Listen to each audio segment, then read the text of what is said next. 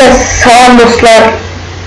Bugün sizlerle birlikte Brawl sonra gerçeklik bilgisayar Minecraft oyunu göstereceğim.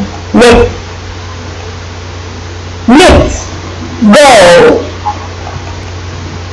Arkadaşlar selamın. Geçen burada oyunlar var. Cherry Sena'da Cherry Games'ti. Onu bilirsiniz. Ama her gün oyun ise Minecraft oyunu yok değil. Yok bunu değil. Ne var Minecraft oyunda ne yanmakları var. İnsanlıkta size hamsını tanıtacağım.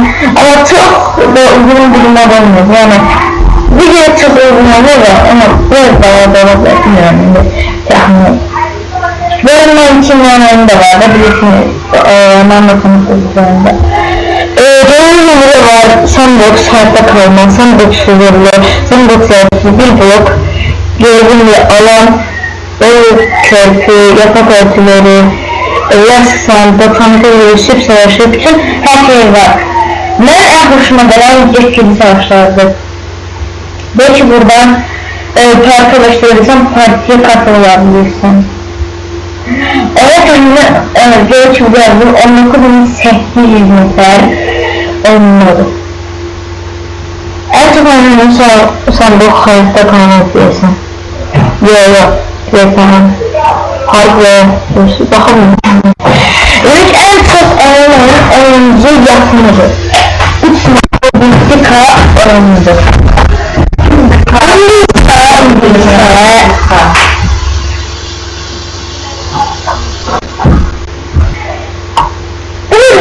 Geçen burada önemli en sevdiği bir oyundan bunun. Ne kadar bu oyuna bakmak istedim. Bir de bu izleyen kahvaltının yana bakmıştım orada size. Neyse sesini kapatın. Sesini kapatıram onu. Çünkü telif yiyebilirim sen. Telif yemeye korktuğum için sesi kapatacağım. Arkadaşlar işiniz hızlı ne yani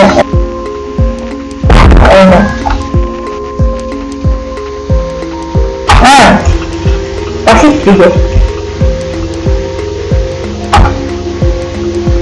Hemen başlayalım.